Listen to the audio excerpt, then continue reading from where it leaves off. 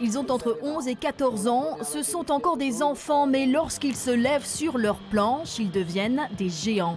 Les épreuves minimes du championnat de France de surf sont l'occasion pour la Fédération française de repérer et recruter les champions de demain. Les critères de jugement coïncident effectivement avec un bon compétiteur, c'est-à-dire de la fluidité, de la vitesse, de l'engagement, du choix de vagues, de la radicalité, un répertoire de manœuvres large.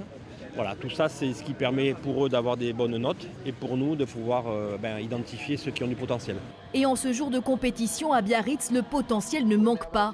Côté fille, c'est Tia Zebrowski. À 11 ans, elle vit entre la Polynésie et les Landes. Il y a quelques jours, elle a participé aux épreuves seniors et a fini deuxième. Les autres candidates avaient 20 ou 30 ans. Un véritable phénomène qui voit grand. J'aimerais être championne du monde. C'est dire que je ne vais pas y arriver cette année ou je sais pas, mais et ça demande beaucoup d'efforts, beaucoup de motivation, beaucoup de concentration. Et puis c'est pas facile, c'est toujours dur. Pour les garçons, les yeux sont tournés vers Aaron Bacon. C'est son père qui l'a mis sur une planche pour la première fois alors qu'il avait 3 ans. Aujourd'hui, il en a 14 et le surf fait partie de lui.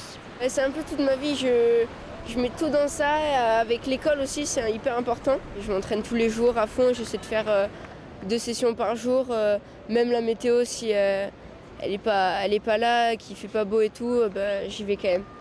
Un travail qui finit par payer. Aaron et Tia ont tous deux remporté les championnats de France minimes. Les compétitions durent jusqu'au 5 novembre.